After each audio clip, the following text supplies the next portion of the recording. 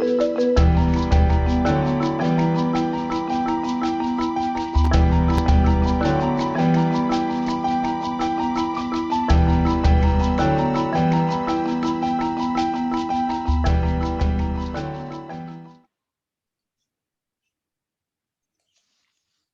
to you, Pepe. Good afternoon. My name is Jose Calderon from Farm Pack, known as Pepe as well. We have a lot to cover on this topic today. You hear me? Yes. Okay.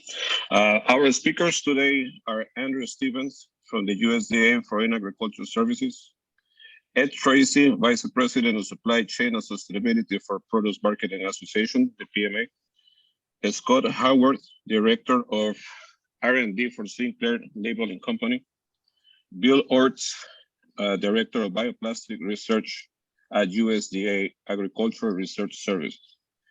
And also we're gonna have David Lisman, who is from the FAS in Paris. Our speakers are going to discuss the decision by France to ban the use of plastic packaging for retail sales of fresh produce and vegetables and packages on less than 1.5 kilos. It's about 3.3 pounds. That regulation also banned the use of PLU stickers unless they are home compostable. This panel is going to discuss the bans and the collaborative efforts to develop and commercialize technology for home compostable PLU stickers. The panel also will look at the case study as a part of the larger trend to reduce the use of plastic packaging around the world. This is a very important data that we all have to look at it. Every year, an estimated 8 million tons of plastics ends up in the oceans around the world. As much from that is from food and beverage packaging. Consumers, non-NGOs, and governments are all responding, as we will see in this presentation. From my personal experience as an exporter of sweet potatoes for my company, Farm Pack Products, I can tell you firsthand how strong is the consumer demand to move away from packaging, plastic packaging, or packaging in general. Of course, without the packaging, we will need some PLU stickers to ensure that our products capture their value and at the cash register, and also to guarantee the consumers where is the country of origin. Our first speaker will be Andrew Stevens from the FAS, who will talk about the regulatory trends. Then Ed Tracy will talk about the evolution of the PLU and importance of it. Scott Howard will talk about the R&D efforts at Sinclair to develop technologies for home compostable stickers. Finally, Bill Orts will talk about many years of experience at the ARS labs, having working on bioplastic solutions in collaboration with consumer brands companies. We'll also talk about the ARS and Sinclair will collaborate to accelerate the R&D on home compostable PLU stickers using recent grants by the FAS under the TASK program. So buckle up, pay attention, minds open, and ready to go. Pass the mic to Andrew. Thank you. We have a lot of ground to cover, so I'm going to go over my slides fairly quickly. Please let me know if I'm speaking too fast. As Pepe said, we're going to be talking about some specific things that France did, but we're also going to look at them in the context of this global movement. And here on this cover slide, you can see one of the images from social media where France is explaining these. We're starting with certain vegetables that you can no longer package plastic beginning in 2022. By 2026, everything, including berries and the most vulnerable delicate items, will be no plastic. Next slide. So what's driving this change? A big part of it is consumers. As you can see from this data, 77% perceive plastic be the least environmentally friendly packaging material. And there's another statistic that I don't have up here that says 2/3 of consumers think it's the worst thing about the consumer products that they buy. Nevertheless, as you can see on the other side, consumers may eventually walk away from brands using virgin plastic from petroleum, but there's no evidence that it's happening at scale yet, because the convenience and the price are really the driving factors, particularly in America. As Pepe said, there's a different set of values in Europe, and we've also heard that the different values in Australia, for example. Next slide. So here's another big factor that's driving this is the NGO activities. And here's 3 examples. One is they use beach brand audits. So they organize volunteers to go out and collect the litter off of the beach, and they sort it by brand. And then they publish lists in annual reports and on social media to say, look, this brand was the #1 polluter in the Philippines, for example.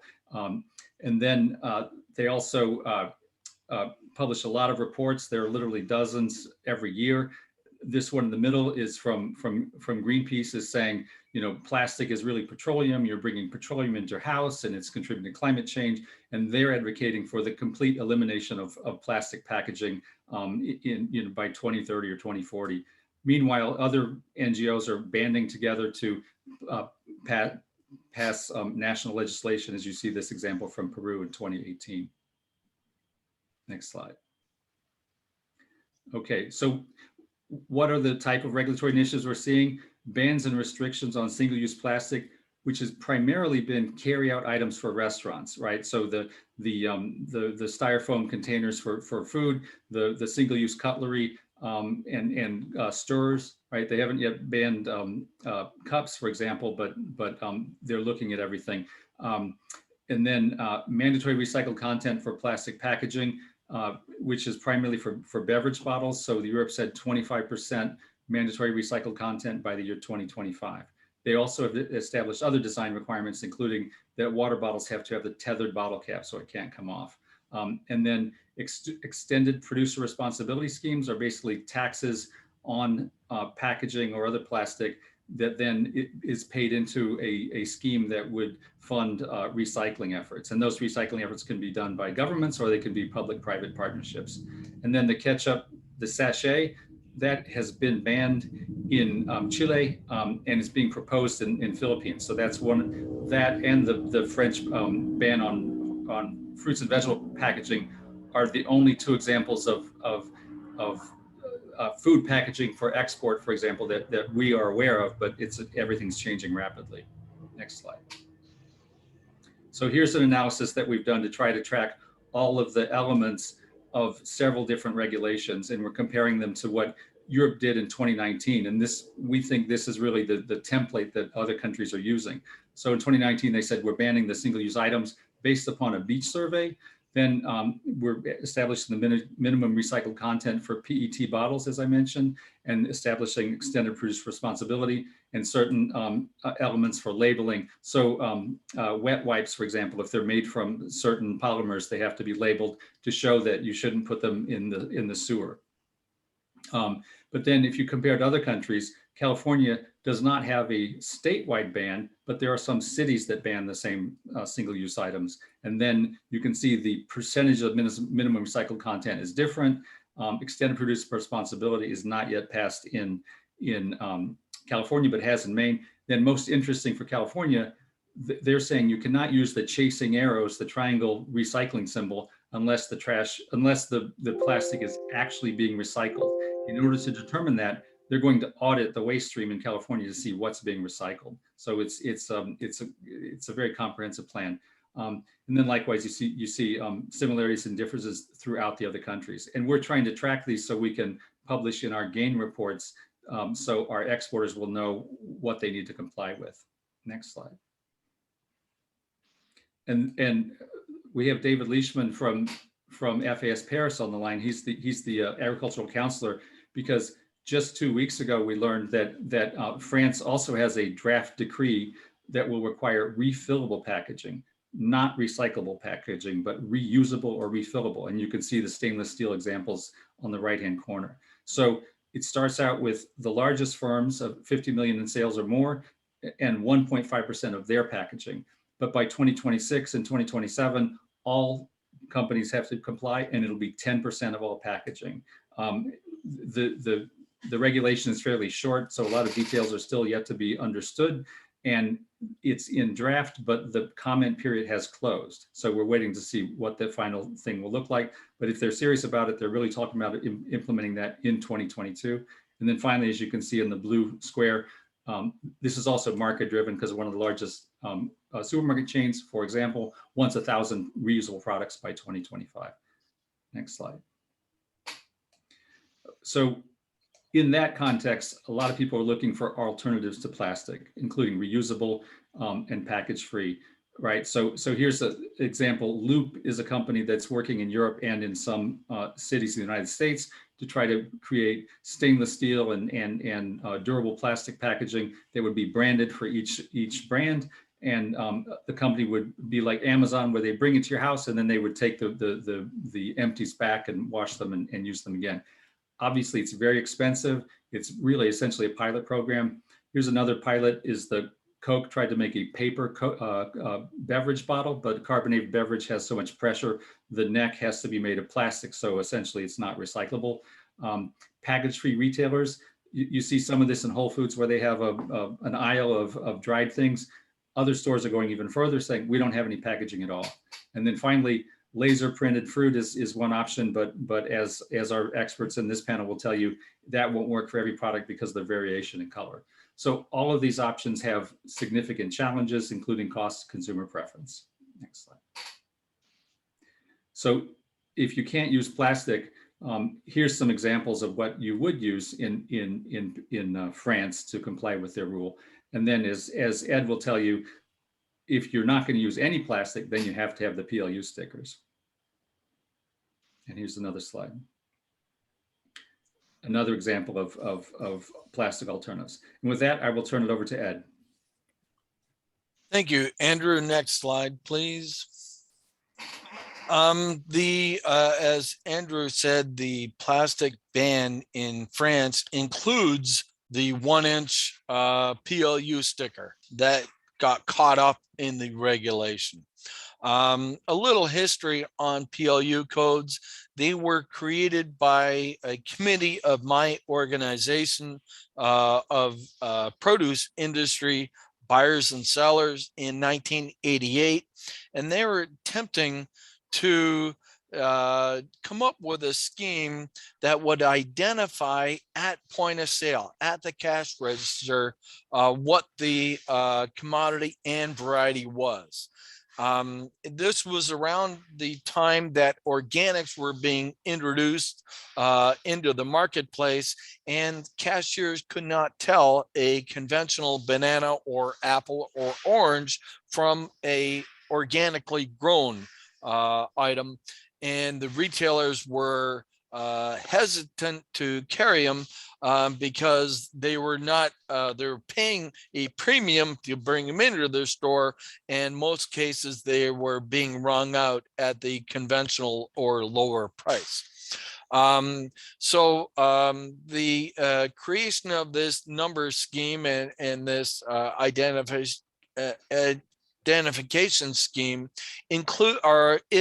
supported organic growth and still does today, enables more varieties to be sold. It does reduce store and supply chain labor costs because some retailers were assigning and stickering their own product at the back of the store. It does significantly reduce packaging 2 or 3 tomatoes or apples, like is commonplace in Europe today. Unlike Europe, 50% of our fruits and vegetables in this country are sold unpackaged. In Europe, it's a much, much smaller percentage. They package far more items than we do in this country. And so they are a good great alternative to packaging product of less than 1.5 kilos. And they do reduce food waste because it allows consumers to buy only one apple or orange if that's all they want, versus what you see in Europe is they're packaged in half kilo or kilo or above packages. PLU codes are a 4 or 5 digit number on a 1-inch label. I've given some examples on the right side of the screen. So after this scheme was created, retailers reported back they've increased their sales and margins on organic produce. They've increased sales of conventionally grown produce because they're now they were able to expand the varieties. And prior to that, they would have one green apple, one red apple, because cashiers couldn't tell the difference between various varieties. And this scheme allowed them to carry more variety and premium variety and increase consumption.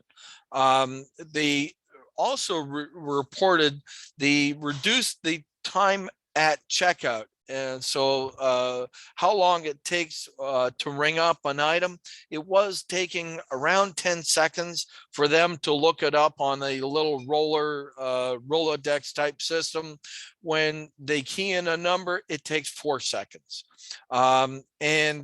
Many, after this scheme was created, primarily with US retailers and some input from Canadians, we found that the usage of PLUs caught on, and they're used all over the world. The same scheme, the same numbering scheme. Next slide, please. They roll forward a few years in 2005 or thereabouts. We added a data bar barcode, and that allowed the checkout process to be reduced from 4 seconds to 1 second per item. They also are able to identify the brand owner. So the number represented in that barcode is unique to a brand owner, where the 4-digit number just tells you the variety and commodity. So it does assist with traceability. It really helped push inventory management. It increased in-stock conditions and supported category management, and increased sales, variety, and profitability. The home compostable sticker mandate, where we've talked about France. New Zealand also have one on the table. Belgium have one, and we were successful in lobbying the Belgian government to back off the home compostable part of that regulation until 2025. We know that Spain has now a proposed rule out there, which the proposed rule takes into starts in 2023, and unfortunately it follows or mirrors the French regulation, which will include PLU stickers. And we are working with FAS to make the Spanish government aware of the implications of the regulation they have tabled. Now, our industry would absolutely supports moving to a home compostable PLU sticker. However, there is a universally applicable PLU sticker that will work on all the commodities through the supply chain, because they're applied at time of packing when the product is put into the carton. And right now that solution does not exist.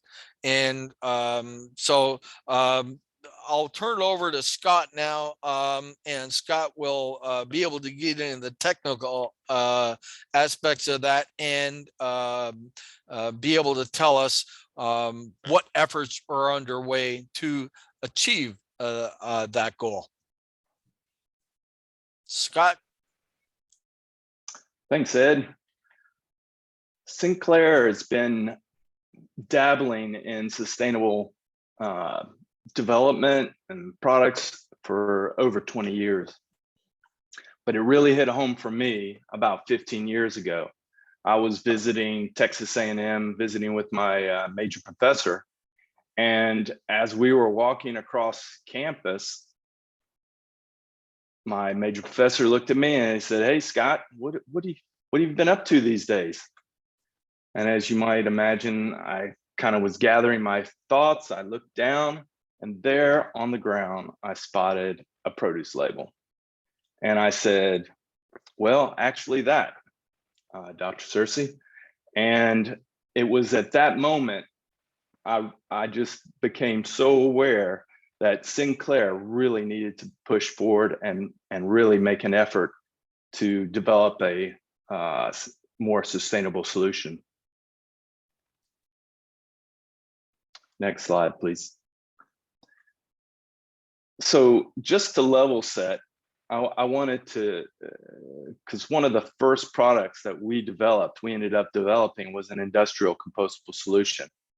So I wanted to just kind of set everyone to, because we've started to hear a lot about home compostable and know the difference between the two.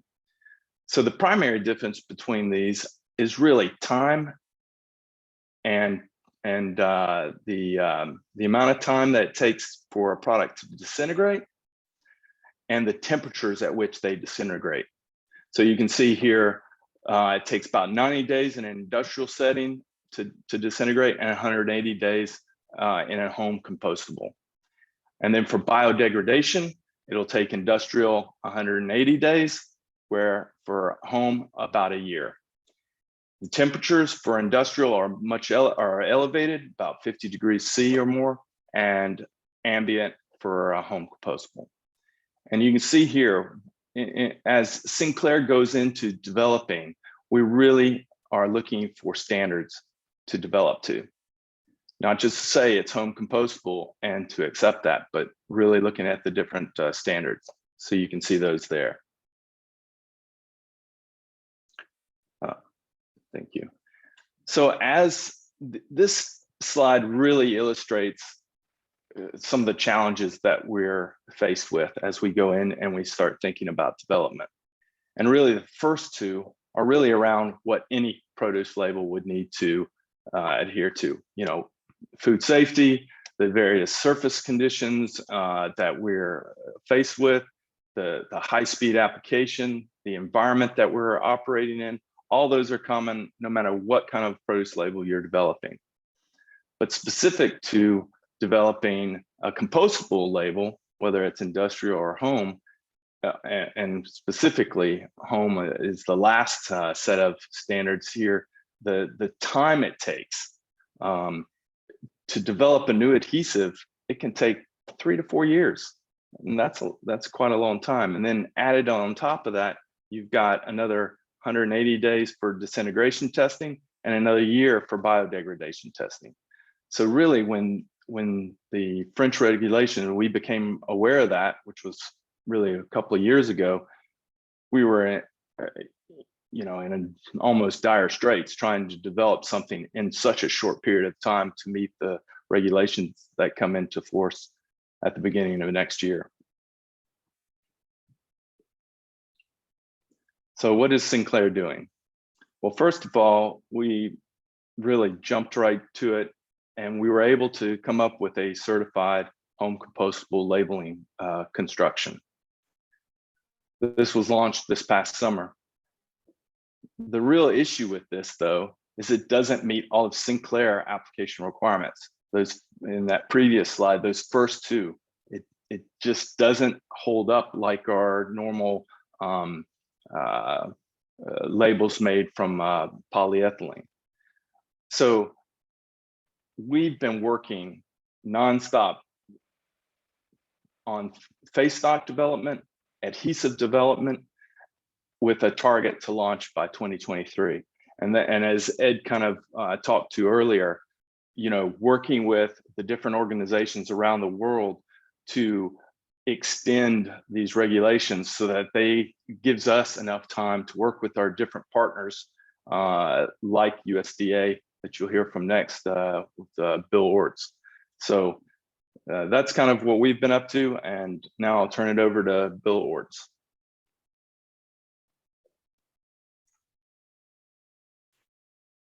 All right.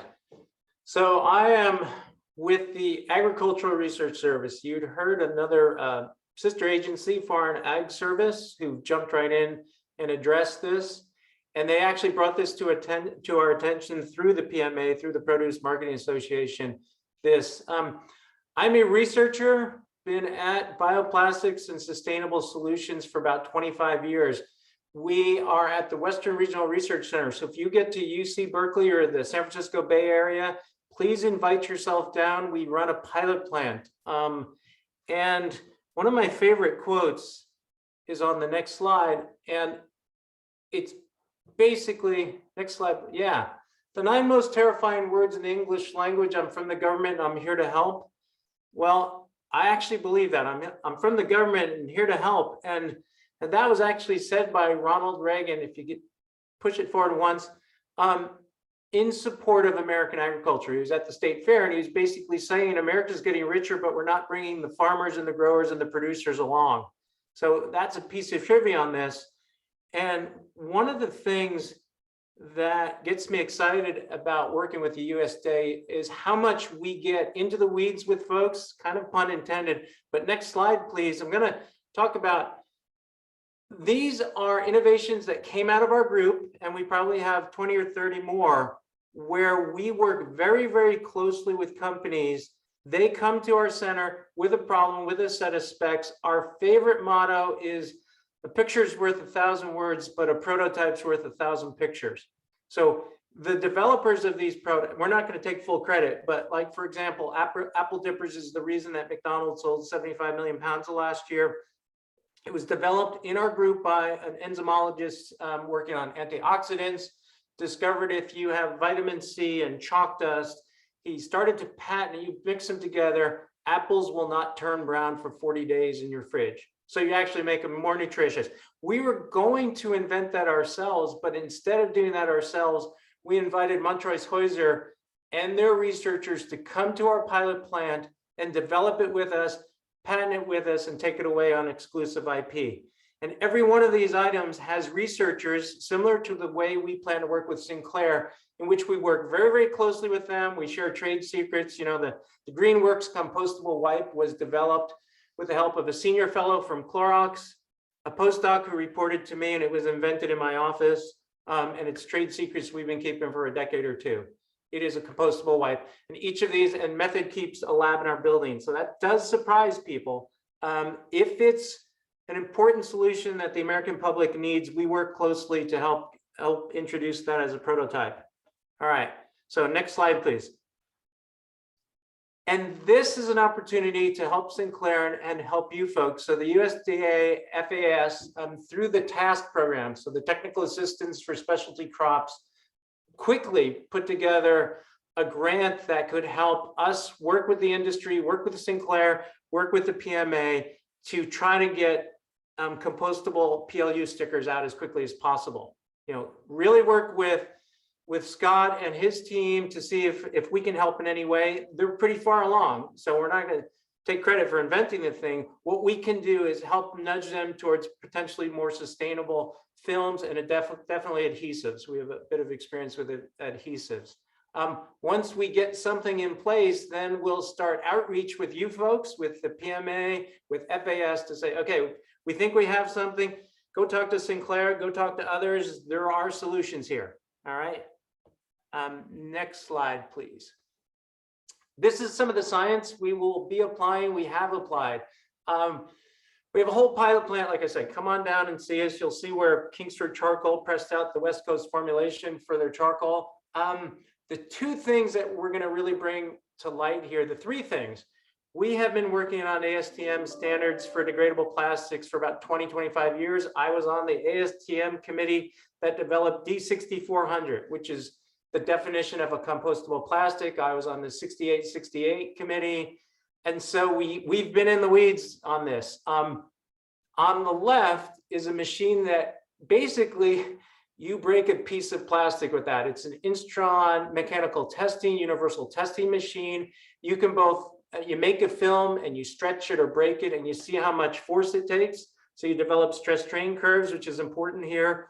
Or you can do what I've shown you there is a peel test. And so that's some of the help we'll be providing Sinclair.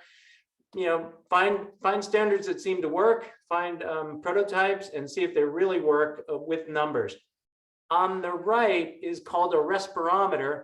It's got clean solutions. What we do is put a sample of plastic or film or adhesive in there, and we watch it biodegrade, either in soil, home composting conditions, industrial conditions, mostly that's time, temperature, ocean water, and then we count the carbons that come off in the headspace.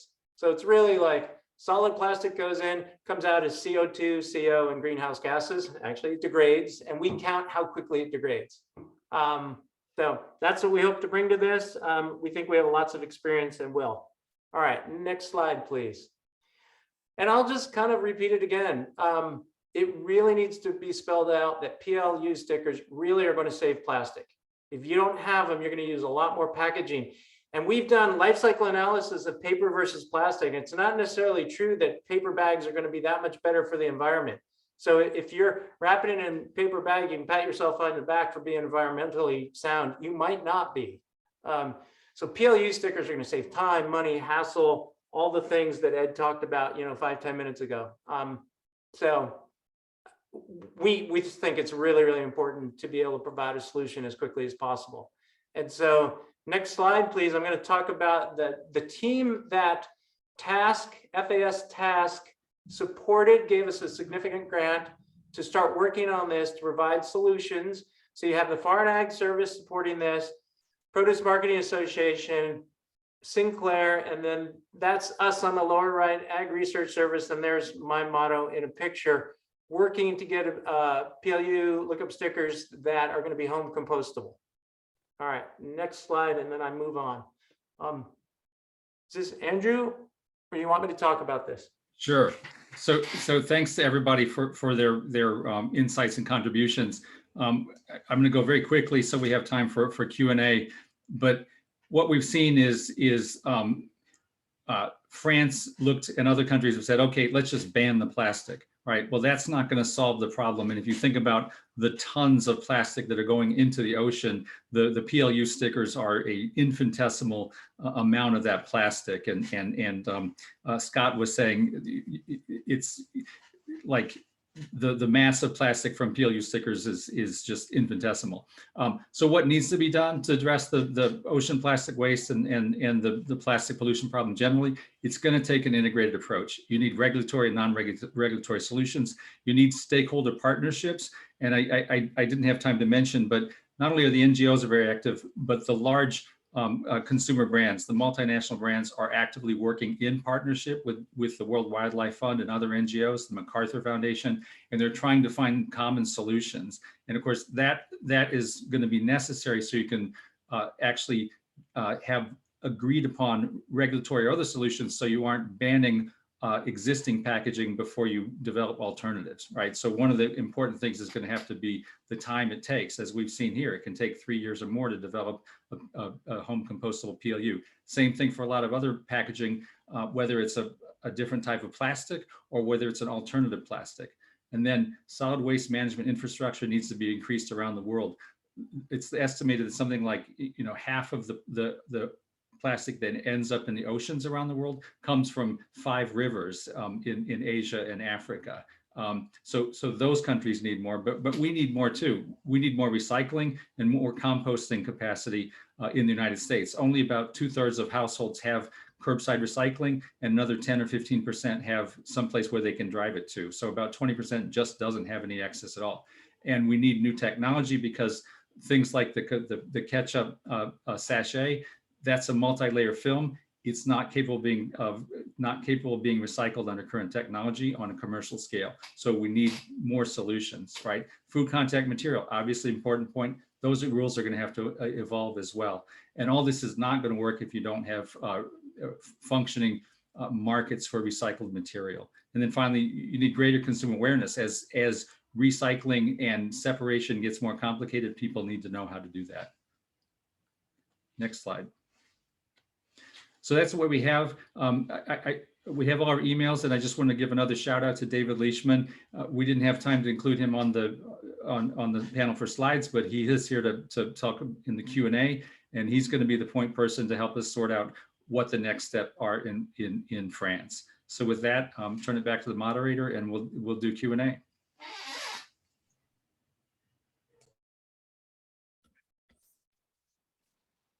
Can you hear me?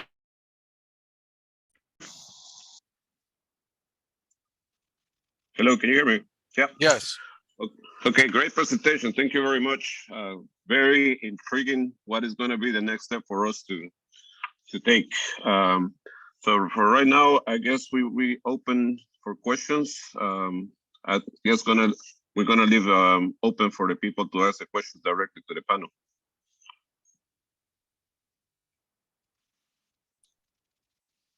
Is any questions available?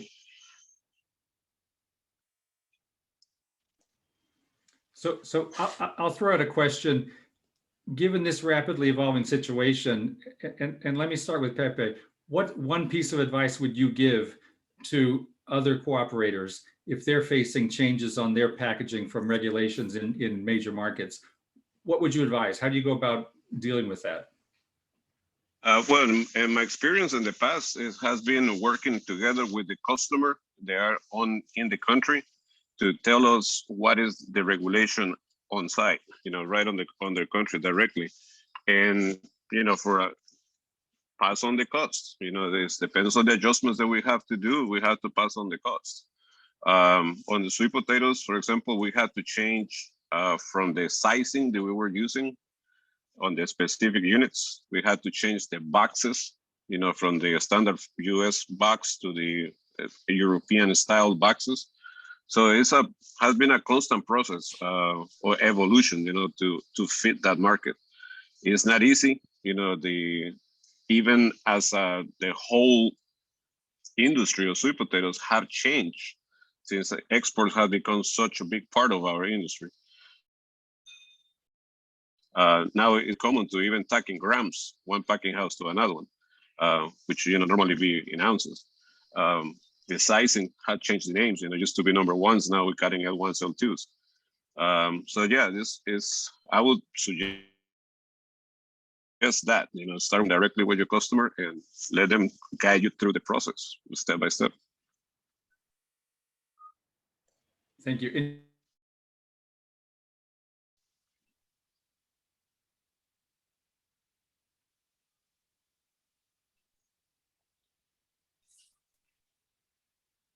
Questions from the audience? Ask a question of Bill Orts. Bill, what are the challenges of using bioplastics for packaging for food that goes on a supermarket shelf and not just a carry-out container? So the first big challenge is the price point. So, the oil industry, the plastics industry has a 100-year head start getting the cost down.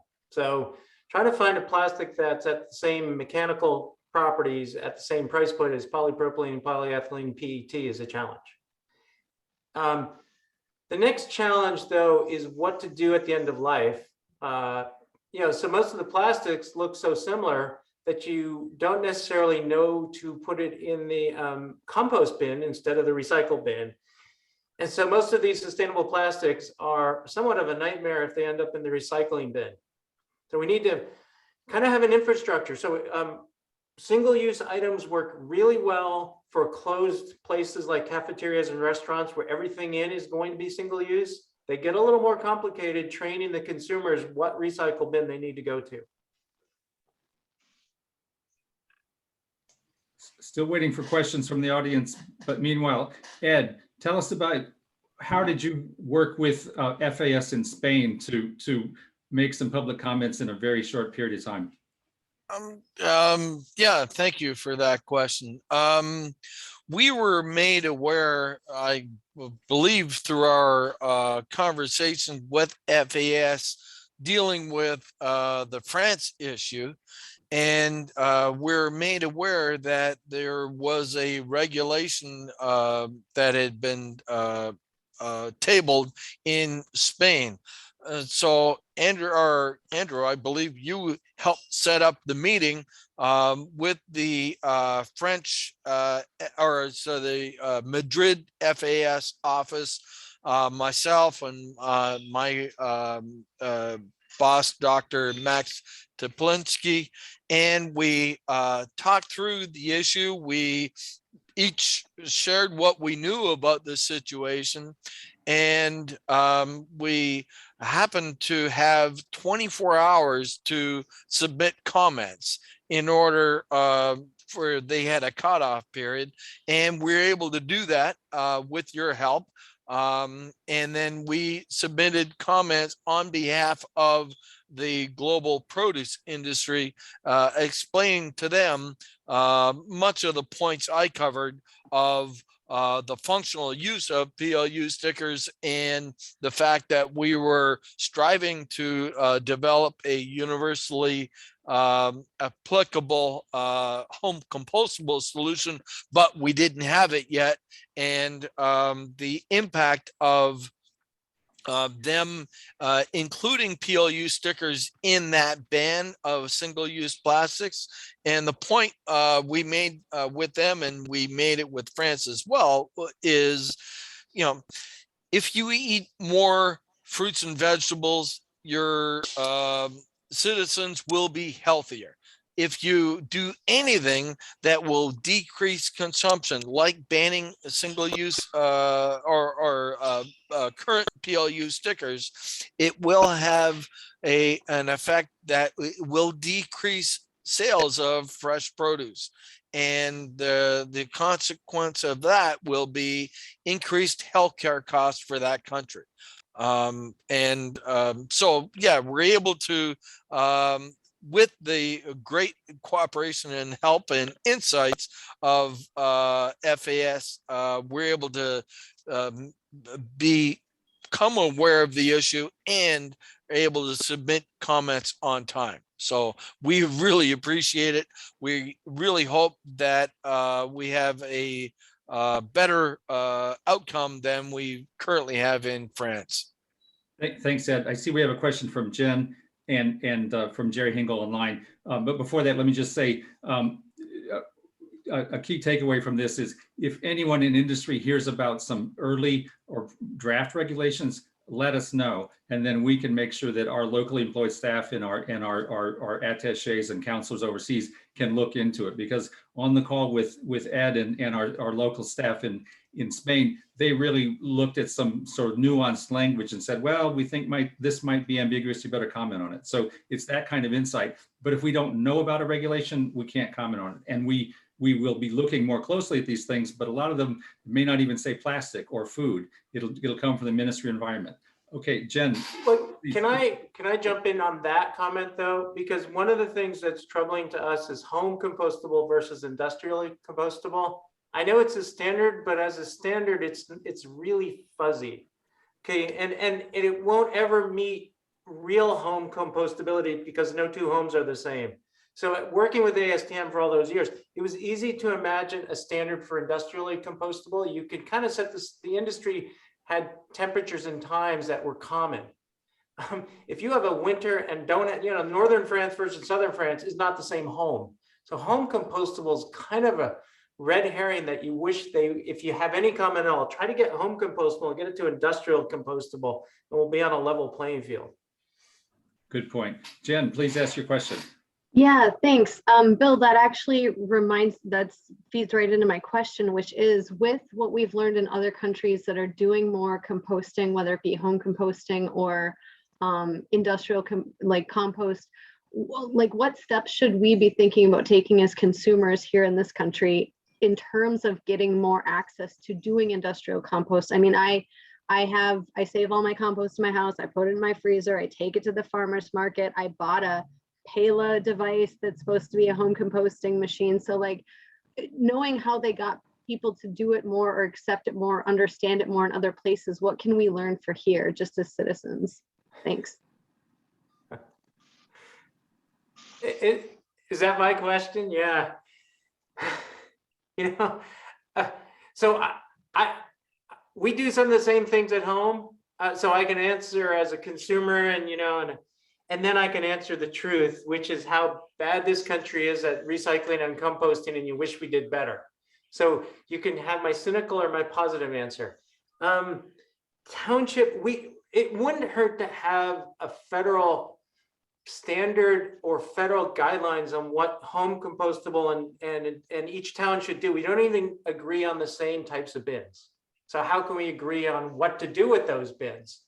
And what even a standard, we don't even agree after composting what to do with, or a anaerobic digester, what to do with the stuff. One town's fertilizer is another town's toxin. So it also, it's coming, but there has to be an education at the roots level up to the regional, and then preferably the federal government will say, this is going to be our standards on that, and not necessarily rely on ASTM. So I'm not sure I really answered your question, but I got close, I think. Thank you. Sorry, we're short on time, so let's go to Jerry Hingel's question, which he wrote in for Pepe. Do you have an estimate as to the increased costs of alternative PLU stickers for sweet potatoes headed to Europe? At this moment, no. I think we have to study that part. I know some of my customers are using compostable already in the organics, but I don't know exactly the cost of it. Great, and of course, your product is fairly distinguished, and there's probably not two types of sweet potatoes in France. So maybe it's a bit easier for you, but I could be wrong. No, it's really and that's why when in my beginning of the conversation I said the country of origin, because the sweet potato varieties, kind of look similar, so it's still sweet potatoes, but we want to show that it's an American product. There is not the secondary class from other countries. We want to show that it's a premium. So the PLU use in that way, to say it's a product of USA, or as simple as flags or promotional materials too, when we do like International Sweet Potato Week or things like that. So we have been using a lot of it. Great, thank you. And now I'm going to turn to David Leishman to make the closing remarks. And since it's getting late, we'll wrap up from there. But thank you to everybody for being on the panel and for attending and listening. Well, thank you, Andrew, and thank you to the other panelists. I actually learned quite a bit this evening. I would just say that certainly the French law presents some unique challenges for U.S. agriculture and actually for all producers seeking to access the market. And I think France is certainly leading the way and wants to have a strong influence also at the EU level. We're entering into election season. President Macron will be up for re-election April of 2022. I would say green populism is really high on the agenda. It appeals to urban voters. And so certainly when you talk about banning plastics or banning pesticides, a lot of urban voters love that idea. But I would say that many of these rules that were actually introduced just before COVID hit lack a lot of detail. And so a lot of people haven't really given much thought to how these rules are going to be implemented, let alone enforced. And so while on the surface it presents many challenges, I also think that there's an opportunity to engage with stakeholders.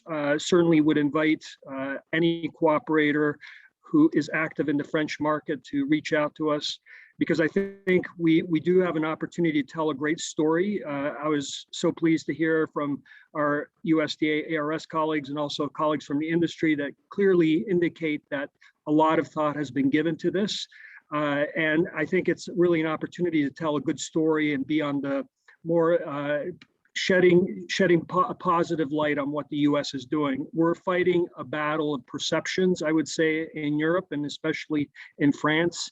And oftentimes the US is characterized as the offending agent of pollution and all this kind of thing. And when in reality, that's really not true. And so I see opportunities. While there are challenges, there's also opportunities for engaging in a positive way.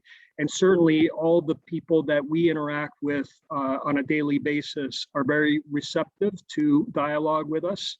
And so I would just say, let's not wait until the problem becomes exacerbated, but really get on as early as possible and figure out how we can present options and ideas and be a part of the debate rather than just reacting to it.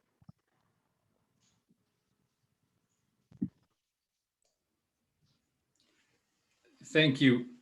And Pepe, you want to make some closing remarks and then we'll close the session. Yeah, well, I just want to thank you, every one of you, to be here today. Take the time to be here with us. We're an excellent panel. It's a lot of information that we have to digest. There's a lot of information out there that we have to get through our minds to understand it and be ready for the changes that are ahead of us, internally in the United States as well as outside. I think one of the biggest parts of it is a lot of the consumers are in the same mindset, that we need to do something better. That's it for my part. Thank you so much. Have a good night, and looking forward to see you guys in 2022. Thanks, everybody. Goodbye.